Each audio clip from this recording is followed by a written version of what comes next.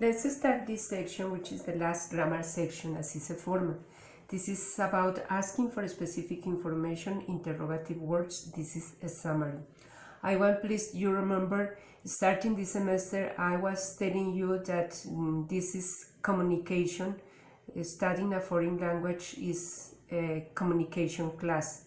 So basically communication is done asking for information and giving an answers to that information is asking for.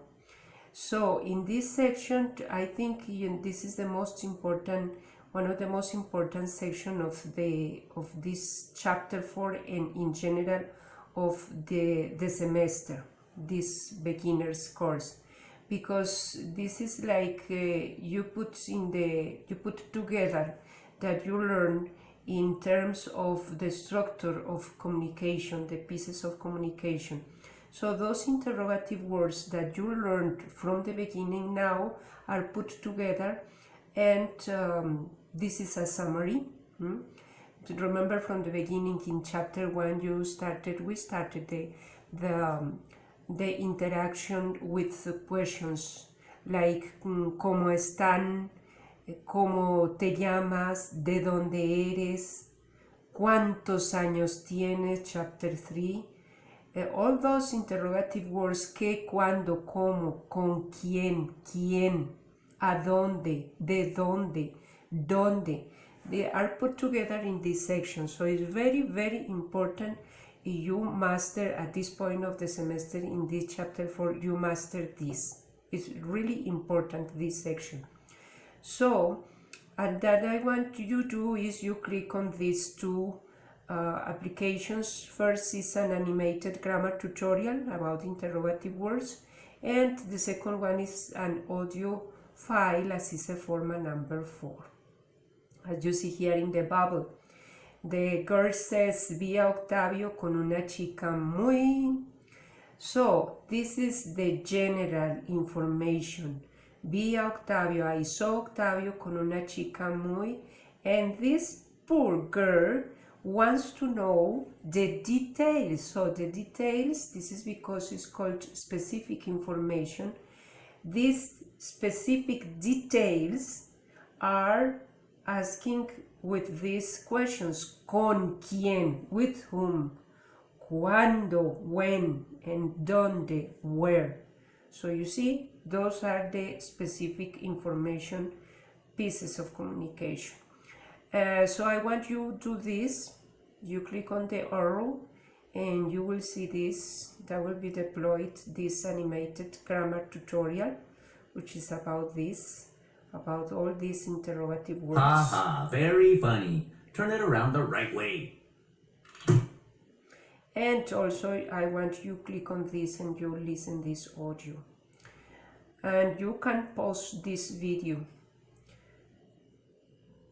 now.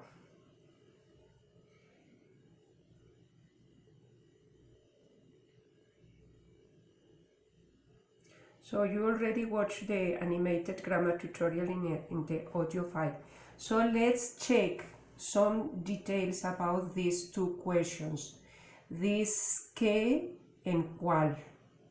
Note the differences between qué and cuál. When followed by a noun, this qué is used. So, ¿qué postre deseas? What or which dessert do you want? And when followed by the verb ser, use qué to ask for a definition or explanation, and use cuál to ask for specific data or a piece of information. ¿Qué es una dirección? What is an address? An appropriate answer to the question about with qué would be it is the information about where a place is located or where somebody lives. Typically, this is the information that you are going to find as a definition in a dictionary. So remember, is when both of them, qué or cuál, are followed by the verb ser. So, ¿qué es una dirección? Is this the place where a person lives? ¿Qué es una manzana? It's a fruit. ¿Qué es un libro? Is something that have information that is used to study. So basically this que, which is general, followed by the verb ser, is to ask for for a definition or explanation. But if that is followed by the verb ser is ¿cuál es tu dirección? Use cuál to ask for specific data or a piece of information. If the question is that is ¿cuál es tu dirección is something really specific. An appropriate answer to the question above with cuál would be it is 34 Longwood Avenue. Okay?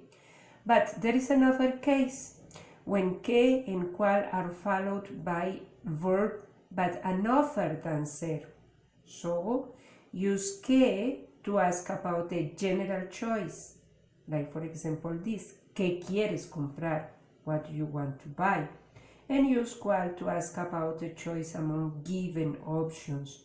¿Cuál quieres? ¿El rojo o el azul? Given options. ¿Cuál quieres? You have to select, and this is about a choice. Okay, I want please you highlight this. The differences between que and cuál. When followed by a noun, this is the first case. The noun is here.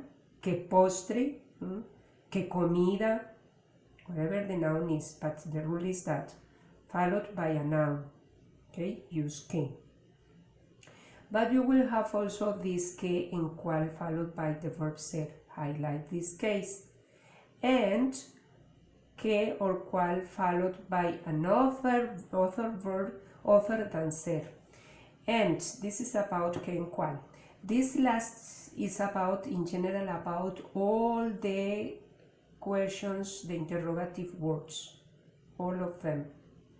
And it's about the accents. Not that all interrogative words above have written accents. When they appear without it, they often introduce a clause, a separate thought with its own verb, rather than ask a question. So you see here, for example, here about this que, which means that, which, who, without accent. Remember, the point here is the difference between these similar words. The only difference is the accent.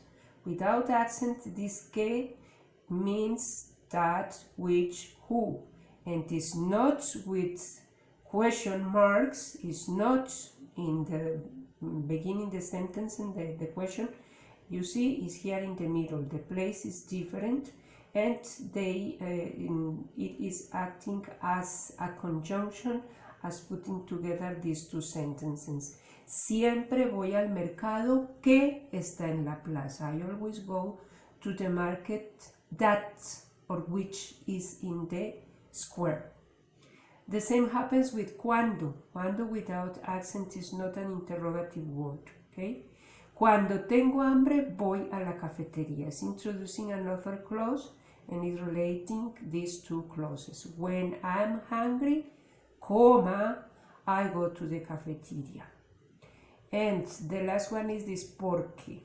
Quiero una pizza grande porque tengo mucha hambre. This is introducing the cause. I want a large pizza because I'm very hungry. Without accent, in only one word, and in another, and placed in a different place.